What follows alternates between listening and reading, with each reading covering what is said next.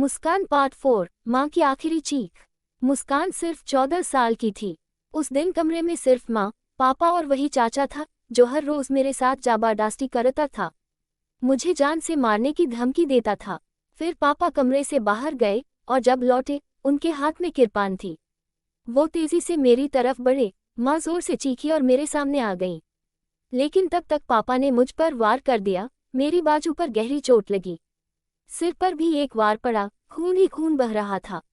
पापा ने माँ को घसीटते हुए दूसरे कमरे में ले जाकर पंखे से दोनों हाथ बांध दिए और बुरी तरह मारने लगे। माँ जोर जोर से चीख रही थी और पापा चिल्ला रहे थे, सारा कसूर तेरा है, तूने बेटी पर ध्यान नहीं दिया।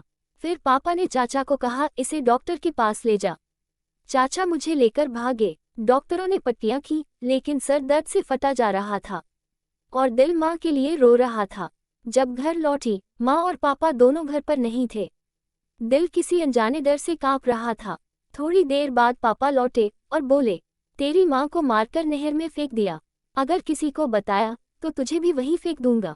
मेरी तो जान ही चली गई थी। मेरी वजह से मेरी माँ की जान गई। मैं खुद को कभी माफ नहीं कर पाई। उस दिन माँ गई, मेरी टू जैसे दुनिया ही लूट गई। बाकी कहानी पार्ट 5 में।